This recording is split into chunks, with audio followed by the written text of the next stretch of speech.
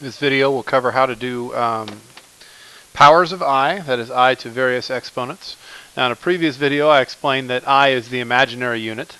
It is equivalent to the square root of -1. So what we're going to do is we're going to establish how we evaluate I to various powers. So what it boils down to is this. I is the square root of -1. Now what that means is if we have I to the first power, we're not going to be able to do much with that. So we're always going to leave that as I. I to the second power then would be the square root of -1 squared.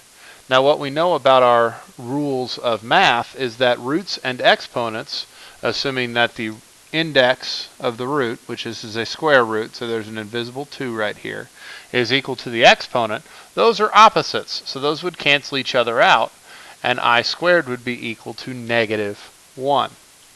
Now from there, the rest of our powers of I are dependent on what is known as the product rule for exponents, where you can take x or I to the third and rewrite it as I squared times I to the first power. Now we just got done saying that I squared is equal to -1. So this means that we would have -1 times I, or -I for I cubed. I to the fourth would be written as I squared times I squared, which is -1 times -1. That equals +1. Now from there, if we were to keep going, we would discover that I to the fifth power can be written as I to the fourth times I. That's 1 times I, or I. I to the sixth can be written as I to the fourth times I squared, 1 times -1, which is -1. I to the seventh can be written as I to the fourth times I to the third, or 1 times -I, which would be -I. I to the eighth can be written as I to the fourth times I to the fourth, or 1 times 1. I to the ninth, this pattern would continue. Every time we have a group of 4 i's, that would be equivalent to a 1. So if you notice, a pattern develops. I, -1, -I, 1. I, -1, -I, 1. Those come in groups of 4.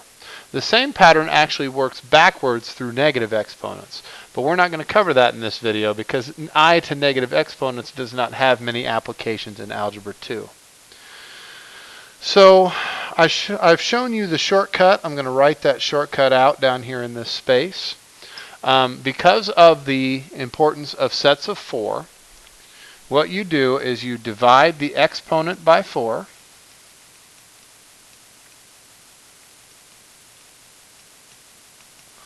And one of 4 things will happen. Either the result will be a whole number, which is equivalent to I to the fourth power, so we'd answer with 1. The result ends in 0.25, which indicates that it's equal to I.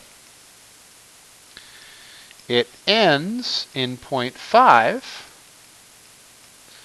which indicates it's equivalent to I squared, meaning you would put -1, or it ends in 0.75, which indicates it's equivalent to I cubed, and you would answer with -I. So here are 4 examples. I to the 38th power, we would take 38 divided by 4, which is 9.5. So that ends in 0.5, which means that this is equivalent to I squared, and we would answer with -1. 63 divided by 4 is 15.75. That ends in 0.75, so that's equivalent to I cubed. So we would answer with -I. 9 divided by 4 would be 2.25. Ends in 0.25, which means it's equivalent to I to the first power. So we would answer with I. And 92 divided by 4 is exactly 23? Yeah, 23. So since that's a whole number, that is equivalent to I to the fourth, and we would answer with 1. Now, if our exponent is negative, the only difference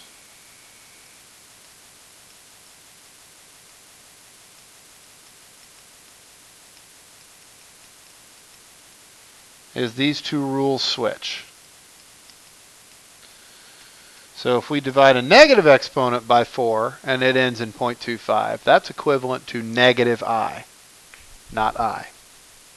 And if our negative exponent divides by 4 and ends in 0.75, that's equivalent to negative I, not I. So those results switch, these two.